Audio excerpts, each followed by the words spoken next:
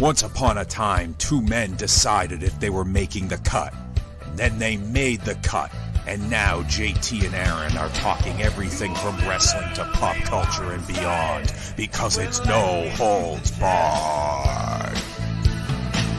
Will you back down, turn and run? Or stand up with the best? When you're back to the wall, what will your answer be?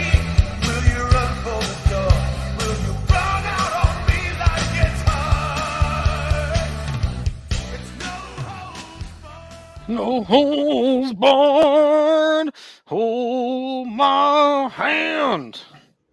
Oh, who has a worse? Who sings "Hold My Hand" like that? It's Hootie and the Weasel, Blow Weasels. That's Blow Lee Marshall Weasels. would say to Bobby Heenan at Clash of the Champions, January 21st, 1997. Who's got a worse note hold? Them or the singer from Creed? No, Creed, probably. That guy. Or Trapped. It's strong to take you on. Why? When are you gonna give up on that song? Never. You know, I don't feel we ever argue really about anything except that song. I'm going to have Jake play it under the entire episode of Ruthless Aggressive Bad Blood 03. Just under as a backdrop through the whole episode.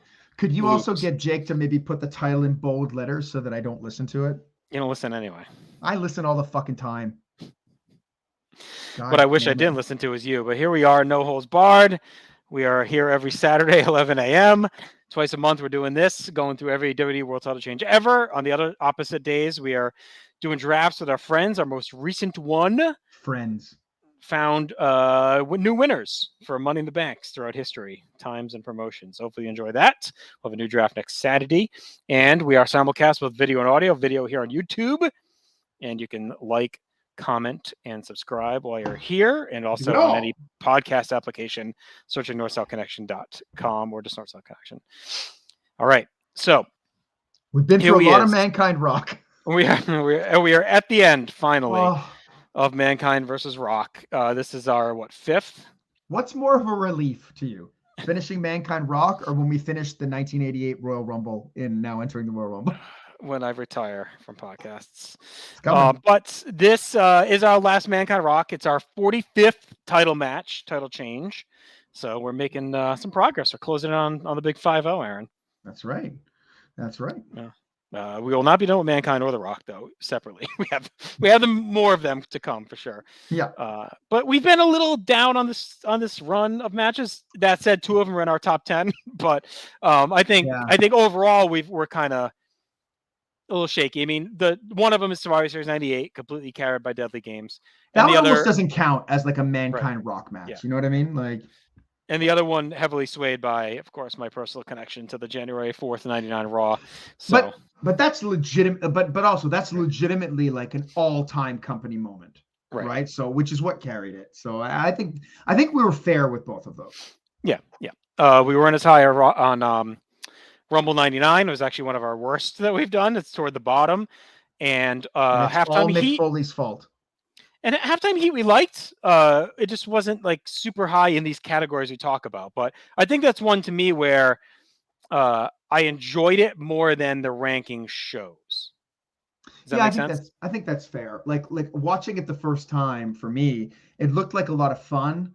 Mhm. But again, it lacked all of the intangibles. So to give you some context, we rank these matches in 5 categories, each giving a score out of 10 and 5. So the first is match quality, then significance, the moment, build, and aftermath. So again, like for halftime heat, it's just lacking in all of them, really. But it was a super fun watch. Like it was everything we liked. Like it was comedy, but it was done well. Like it wasn't hokey until the end. The end is hokey, but it was done well given the setting. Vince on commentary was fun. Like, you know, I think we tried to nitpick here and there, but it was a really, really fun match. I would say, like, just in this structure, it didn't finish high, but that doesn't mean we weren't fans of it. I also want to give a shout out to our buddy Jonathan Black. Left some cool comments on our videos about this project. So if you're on YouTube and you want to check out our previous videos in the series, you can check out Jonathan's comments and reply there and get the conversation going. But shout out to him. Appreciate him taking the time for sure to weigh in. All right. So we are on The February 15th, 1999 episode of Monday Night Raw. This is about, let's see, on Peacock 117.13 in on the Singapore network. Where you at? It's 1 minute, 1 hour, 16:48. Okay, so pretty close this time. Yeah. This is the night after St. Valentine's Day Massacre where these guys fought. Like, the crazy thing is we've covered 5 of the matches, and there are 2 we're not even covering. That was Rock Bottom and Valentine's Day Massacre. So there's 7 total in their feud in 3 months or whatever. So this is the night after that. That match went to a double knockout. So they're having one more here. It's a ladder match.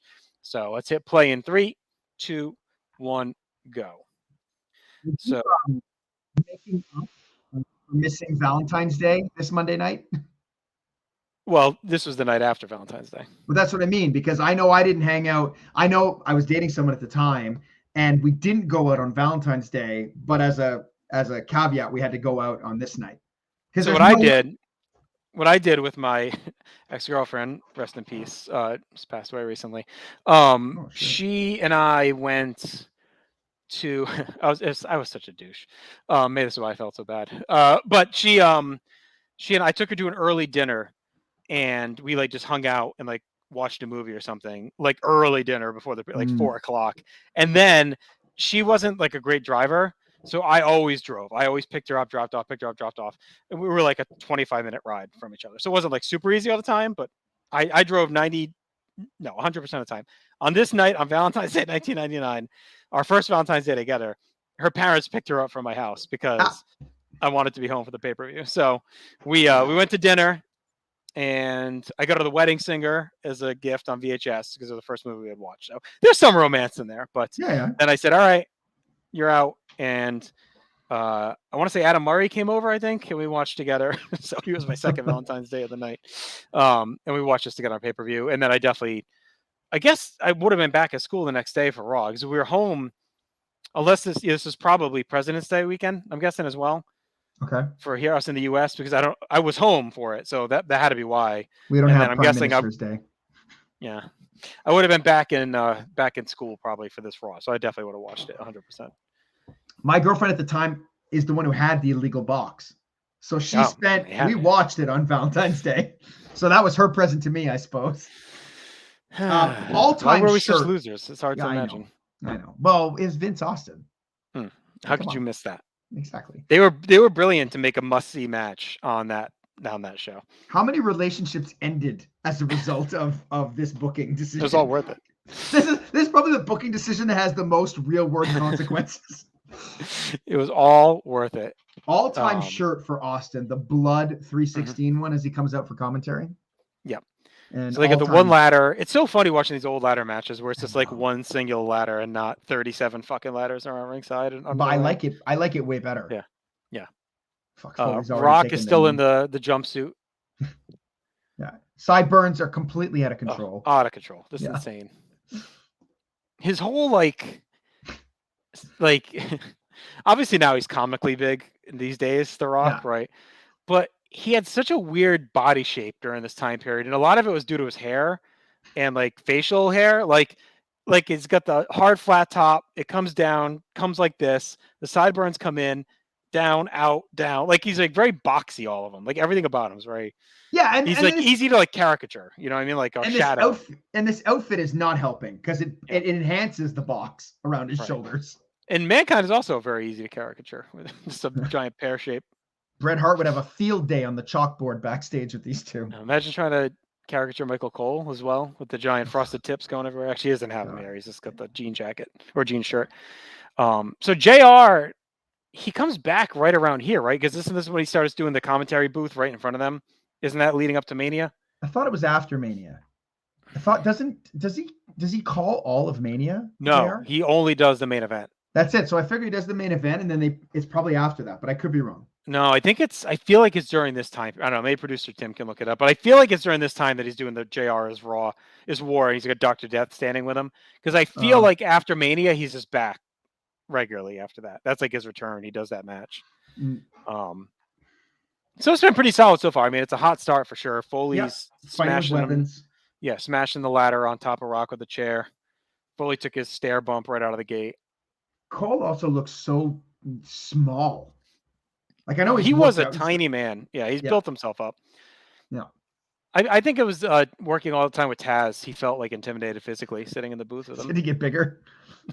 He had a lift because he is a tiny little shrew of a man during this time. Well, he was like a squirrely war reporter, right? Yeah. I'm sure you got to be squirrely to be in a war zone. Sneak through the bushes. Maybe I'm just caricaturizing what a war reporter is, but it's a night of caricatures.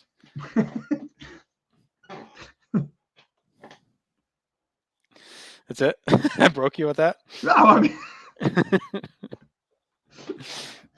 there's a guy in an orange suit just standing there, middle fingering the whole time. He's just doing this. Nails is at WrestleCon for SummerSlam, which is amazing. Oh, amazing! Is he gonna choke somebody out? Hopefully, D'Amato. That was so Foley climbs the ladder, Rock smashes him with the chair, and it falls on Foley. Great bump. Yeah. I like. What does Austin do? He's like holding the mic like this as he talks. I don't.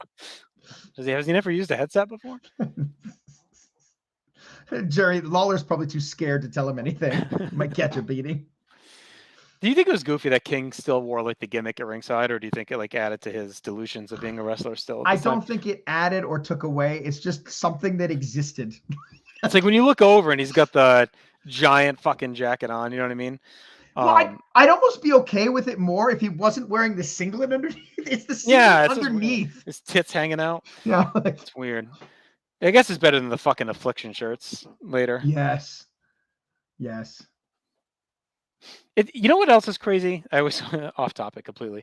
How long they had those people go sitting on folding chairs to call 3-hour shows. Oh, and you can't go to the bathroom? Yeah, I mean, like, well, that's the job, but you can at least be comfortable. Like, they aren't folding chairs until like 98, 99. I think they finally get the big leather chairs. Yeah. I mean, it's crazy. Like, they're out there for like these long ass shows on a fucking folding chair. Like, that is not comfortable. Probably closer to 4 hours, really.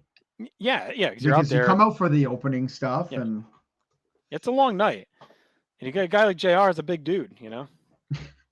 Yeah. He's a hefty boy. All the barbecue sauce, obviously. So this has been a lot of climb, tip over, yank down. Bro, Mankind wearing wrestling shoes. Did he always wear wrestling shoes like this? Or if I just never noticed? He must have. Well, I don't know why he would suddenly. I thought he just wore sneakers usually, but so did I, or boots. But those are legitimate, like amateur wrestling shoes, I believe. Maybe the sweatpants are usually down low enough that you don't notice. Maybe. Is he the only wrestler to ever wrestle? So Rock's hiding his tits, and I think he might be the right? Sandman. Yeah, well, Sandman was more of like he had like the Zubaz like baggy pants. They're not quite sweat. Like I mean, like the Hanes. Like go to Kmart, buy a pack of fucking sweatpants with the little pull string. That's what Foley's rocking. How many times do you think Foley fell asleep in those pants in a hotel room? Oh yeah, big time. Like every time, right? Underwear definitely gross too. He that was a nasty bump. He fell off the ladder into the ropes. His arm got tied in the rope. I like the arm tied. I don't know why Rock is kicking him instead of putting the ladder. Right, that's his chance to go back up. Try to climb. Like, has he not watched Shawn Michaels and Razor Ramon? I think Bret Hart was as mad at these guys of stealing that move as he was at Shawn. Probably. This was a great bump. Rock hits him with the chair and falls off. I mean, that's such a big. Yeah. It's a second big chair shot to the legs too. Yeah, and that's a big, like a well-timed, impressive bump for Foley. The way he timed that fall and to have the rope twist. Yeah. Look, I as far as this attire goes, I'm just happy he's not wearing all torn shit anymore. Yeah. It's just such a ridiculous look. Like, for fans that started watching in like this time period that didn't know the genesis of why he's wearing a shirt and tie, it's like so friggin' weird. You know, yeah, what is odd aesthetic? You know. Yeah, if you don't know what's up here, it's very strange. Or imagine you watch in '96 and you stop watching and you tune in on this. It's like, well, what is he? Is he not pulling at his hair anymore? Is he not talking to rats? Like, where's the piano music? So producer Tim confirms the Raw's JR is before Mania when he's out there with the table. And I think it's like, all right, if I remember correctly, they were going to set up a feud with Dr. Death and Bart Gunn as payback for the Brawl for All. So Dr. Death is JR's bodyguard and Bart Gunn breaks the table in a match and Dr. Death beats the shit out of him. Like that's my recollection. And that was after I think Dr. Death came out in the gi because Jim Ross like shits on that on commentary. Yeah, it's like he's got the gi and like the kabuki mask or whatever. All American here wants him to wear a goddamn mask. So yeah, he sits in front of Cole's seat, and he's got the great line where like Cole says, "I wish I could see, but I got like a 10-gallon hat in front of me or something." He goes, "You're gonna have a size 10 cowboy boot up your ass if you don't shut up." I love how Cole and JR kind of play that back 20 years later. Right. With the roles reversed. I might have to dig up that Raw and watch it later or something. That's a fun Raw. There's white shit all over Foley's pants. It's like all sawdust, I guess, or whatever. I don't know. Pretty sick bump where he like jumped onto the guardrail that was laid on the ground. Like that had to fucking hurt, landing on a metal guardrail. I know, suplex on the ramp. I mean, I feel like I don't remember much of this match. I haven't seen it a ton, but it's kind of low key, like maybe they're second best of what we've seen, like just match wise, because like we like Deadly Games, the angle, but the match was kind of rock bottom. We don't like. Halftime Heat was fun, but it's not really a match. I don't remember Valentine's Day Massacre as well. I'd have to watch it, but this has been pretty fun so far. It's like been a nonstop sprint of violence. I remember being at the time, and I'd have to watch it again, being disappointed with St. Valentine's Day Massacre. Yeah. But it might have been because of the finish. Yeah. Or maybe we were arguing during it. Like, why are you at my house on Valentine's Day watching wrestling? Like, it's very possible. But this one's been like, and it's a good kind of Foley violence. This is what I prefer. Like he's taking bumps, he's destroying his body, but that's his choice. His body, his choice. But it's like he's not doing it in a way that's like grotesquely making me uncomfortable, violent, and potentially causing life-altering CTE. Like, it's like he's falling off a ladder, he's getting thrown on the ramp. Like it's what's crazy about Foley is that like the things he's doing in this match are fucking intense. He's taking suplexes on ramps and the floor, but it looks like nothing compared to what he's done before. Yeah. It's almost like what I was saying before. Yeah. Well, it's almost what I was saying before, like why I almost feel bad blaming him, but he set the bar so high. And we see it at WrestleMania when he fights the Big Show and he said, "Oh, we're going to have another, like we're going to have a bump, a huge bump like you always see out of me, a spectacle, whatever." He almost promises it. And then it's a sick bump, but it looks tame compared to everything else. And that is the one where he's on his back and slams him down. And then he choke slams him through the open chairs. Oh yeah. It's a great bump, but it's like for Foley, it's like, okay, well that's a Monday. Everything's a downgrade from being tossed off the cage. Yeah, he set the bars. Like even this rock bottom through the table is awesome. Yeah, but it's like, all right, that's nothing for Foley. Yeah, who cares? We've seen that 100 times. So Tim confirmed March 8th started the Raw's JR. March 15th is where he's out there with a table. And I think that's the Bark Gun fiasco. Okay. Because in Mania is what, like the 30th or 29th or 27th? It's like at the end of March, I think. I think so. I did not see that Mania live. I guess that is a real sweet rock bottom through the table. This has been a really good match. Like I'm liking it a lot. Low Blow was awesome. This is two guys that have like perfect chemistry at this point. They know each other well. Yeah. They're just going all out. I'm appreciative of them keeping the camera off Michael Cole when they go to the announcers because he's not showing Austin holding the mic. Yeah. And the crowd is hot too. They're in Birmingham. I guess they have to at the time. You have to imagine that this is the last one, right? Yeah, because they got to get on the road to Mania. I mean, they got a month now after this. Yeah, Austin's the number one contender, so we know, and we're pretty sure we're not getting Mankind Austin. Probably pretty sure, but like I think it was like in the realm enough where they had enough history the year before. Foley's been elevated.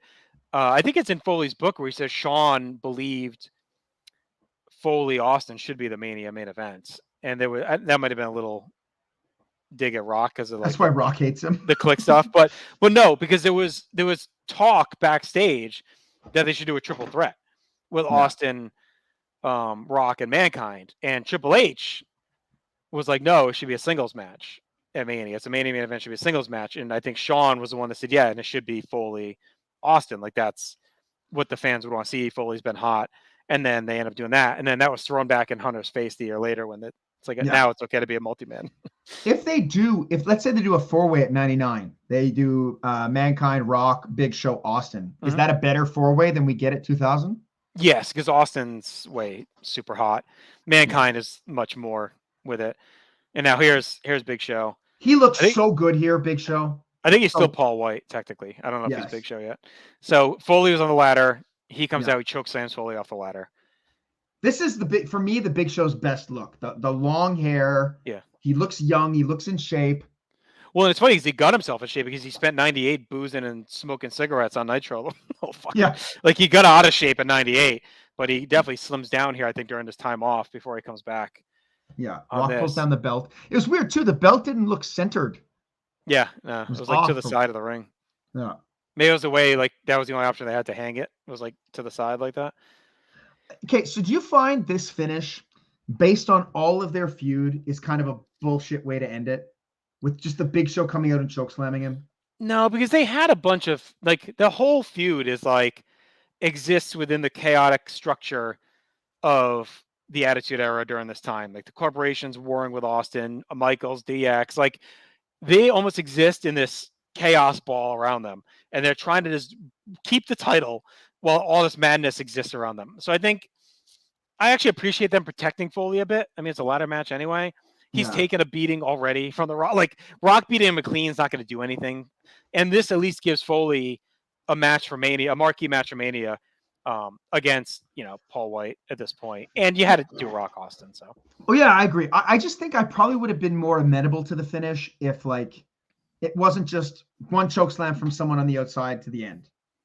Like, yeah, but I think this is where it hurts with Foley, but a choke slam off a ladder is a pretty good spot.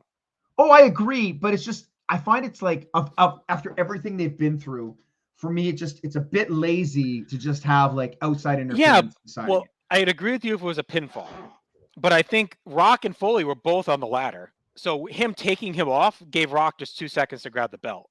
So it's not like it debilitated Foley to the point where he couldn't wrestle anymore. It's like Rock was on the floor and it gave time for Rock to get in the ring, climb the ladder. Like, he was already there. So really, they could have had him just hold Foley's leg and it would have been just as effective too, if you want to do that, right? Like, yeah, I'd almost rather that, like, than like, or like he distracts him long enough for Rock to knock him off or something, and then they brawl to the back or something. I don't know, something like that. I'm all right with it. I think it sets up Foley and Big Show for Mania. The problem is, from here to Mania, they don't do a great job with Big Show. Like, Austin beats him clean the week before Mania, which is awful. Yeah, I don't know why they did that with all the chair shots and. Stupid. So we get some extra attitude here on Peacock. I'm not forgetting that. Yeah, I got it too, but I turned it off. All right, so let's get through our grades here, and we'll see where this nets out. Okay, so look, for match quality, I think I'm going to go 7. To me, this feels like on par with all of their other stuff that they've done that we like. Yeah, this is where, I mean, we already have so many numbers. I kind of wish we had halves. This feels like a notch above a couple of those. Like, so like looking at all the matches we had, so our series at a 4, 1-4 at a 7. We had Rumble 99 at a 6, Halftime Heat at a 7, and this at a 7. Like, to me, this feels a little bit better than Halftime Heat as a match.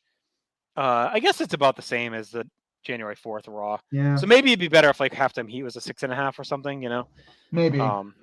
But yeah, I'm with you. So I think an 8 would be too high for this.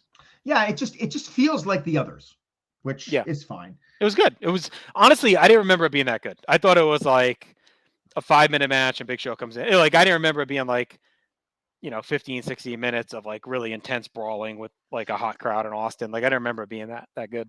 I think it's even more appreciated if it wasn't their like 6th match in 3 months. Yeah. That's on that gets time. And so they end up doing some of the same things, but it's, right. It's just, well, and the next night after another one. That's it. Like, where they went to a draw with the double knockout, right? Yeah. Okay, significance. I don't know. How significant is this for you? Well, this whole feud has been weird, right? So, like, again, not to keep diving back, but like Survivor Series, we had it at a 5. The Raw, we had it at a 6. Rumble, we had a 2 and a 3. And Halftime Heat, we had a 4. And I think a lot of that was, we kind of based it within like the importance of what happened on that night, not the significance as a title change. Like, Deadly Game established Foley, paid off the tournament. January 4th, we talked about more of like the significance of the moment, Foley's first win, his long climb to the top. The Rumble was significant because of Beyond the Mat, the chair shots, and all that shit. Yeah. Halftime Heat was significant. We gave a lot of credit because it was a halftime of the Super Bowl. It was an empty arena. Like, we kind of gave significance for different reasons. Yeah. I think now is the time in this feud that we have to think about the significance of like this title change versus anything. Well, this is it's a righting of the ship, right? Like not that Foley being champion is wrong, but it's setting up your match for Mania. So I mean, if you didn't want to have this as an important match, you would have had to not have halftime heat, and you just have Rock hold it from the Rumble till Mania. Yeah. So, but is Mania 15 any different if Foley fights Austin? No, because it's probably still it just depends what they do with Rock. Like, right. Because I think I like Rock Austin at 15. I think it's the worst of their Mania matches, but I think I still have it at like 4 stars. And I would assume Austin Mankind probably gets the same thing, although you don't have the catharsis. No, you know what? It's better with Rock. Because you get that shot of Austin with this foot on Vince and his arms in the air. You need that. You need Rock as the avatar for the corporation. But you could, though, if you wanted to, do Austin Foley and turn Rock a little earlier and have him fight Big Show, because like Big Show's taking his spot in the corporation. Or you do the Triple H turn earlier, and now Triple H is the corporate guy and Rock is like on the outside. It's kind of what they do anyway in like May, but they could just do it there. But I think you need Rock as the avatar. So anyway, long story short, I would say significance is a 4. It's like it's a quick title reign. It's kind of like whatever, but you need a Rock to get to Mania. Yeah, I'm okay with 4. Okay, for the moment, and it also starts Big Show Foley, so whatever. Yeah, okay. For the moment, I feel like I don't think it's a good moment. It's not bad, but I don't think there's anything really here that like it's not super memorable. It's not like so. Obviously, we love the first 2, and we've been kind of down in the last 2. I think here's the other thing is I think this moment is hurt by the title changing hands so much. Yeah, I do think that it is memorable though, because when you think of this match, what you think of is Big Show chokeslaying him off the ladder. Like, to me, that is a memorable. Like, it's a moment. Like, that's Big Show's first big thing on TV after the night. Like, if you think of this match, you may not remember anything else. This is my case, my situation. But you do remember Big Show chokeslaying him off the ladder, right? Yeah. Okay. So I don't. For me, that's not enough to go high on it. Like, no, I'm gonna go 3. Yeah, that's where I was thinking too. Okay, because that puts it even with halftime heat. Because again, what you remember at halftime heat is the forklift and on the on that. So like this felt similar, where you remember the finish and nothing else really. So yeah. Now for build, I'm happy to kind of pump it just a little bit above the last 2. Because now for the build with this is you have the whole feud and this is where it ends, right? And you get the Paul White debuting the night before, setting up as Vince's bodyguard or whatever. Like you figure he may get involved. The night before you also had the draw that kind of set this match up. Yeah. So I think we went kind of low on the last couple. We were at 3s. 4 feels right. I'm gonna go 4. And Aftermath, I think again we should pump it up a little bit because the aftermath of this is that we do get to Mania. We do get that big main event they want. So I'm going to go 5. Yeah, 5 for me too. I think it gets you to where you're going to go with Austin Rock to pay off Austin versus the corporation at Mania. You get Foley as the ref as part of it. So he is standing there at the end as well in the main event. And it kicks off, Austin going with the smoking skull belt and all that through the spring time. So, all right. That is a total score of 46. Yeah. So that puts it at... Here we go. I'm going to plug it in 26th all time. 27th because the significance of Bret Hart and Ric Flair, which it's tied with, is still higher. 26 though, because we have a number 1 row. Oh yeah, that's right. Excuse me. So 26, it's behind Bret and Flair, tied with Bret and Flair in total score, but we use a tiebreaker stat of significance. That's right. Yeah. I always get fucked on our list because the first slot in the spreadsheet is the titles. Right. I'm going to freeze that row, so maybe when you scroll it, you'll remember. There you go. Yeah. There we go. All right. So that was a fun. I mean, I'm glad we're done with this feud for sure. I do have fond memories of it. I think it did a good job filling the winter with this feud to get to Mania, to get to Austin Rock. So I think using Foley in that run, they legitimized him as a main event guy. Right. Got Rock a lot of showtime as the top heel because he didn't have that before Survivor Series. Like he's going to be your main event heel at Mania. Yeah. And he really becomes a main event heel at Survivor Series. So they needed like him to be the showcase guy for 3 months to get you ready. Now it helped that they had invested over a year in the heel character. It wasn't at the main event level, but the investment was there. So it's constantly on TV, constantly building that character. So at least it was a logical progression too. Yeah. All right, you want to read our top 10 and we'll hit it? Yeah, let's do it. Okay. So number 10, hanging strong, is the Mega Powers exploding. Hulk Hogan beating Randy Savage with 69 points. Okay. Number 9 is what we just talked about, Mankind versus The Rock at Survivor Series 98 Deadly Games with a score of 71. Number 8, Randy Savage, Ric Flair, WrestleMania 8 with a score of 72. All right. And number 7, Mankind versus The Rock again from January 4th, 1999 Raw. And that was taped a few days before.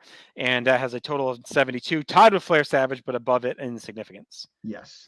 Above both is our number 6, Andre the Giant defeating Hulk Hogan, February 5th, 88. The main event was 75 points. Money in the Bank cash in, perhaps. Right above that is Hulk Hogan versus Iron Sheik from MSG 1984, and that is a total of 76 points for our 5th place match. Money in the Bank cash in, perhaps. All right. Number 4, Ric Flair winning the 1992 Royal Rumble with 78 points, and now we're going to jump up.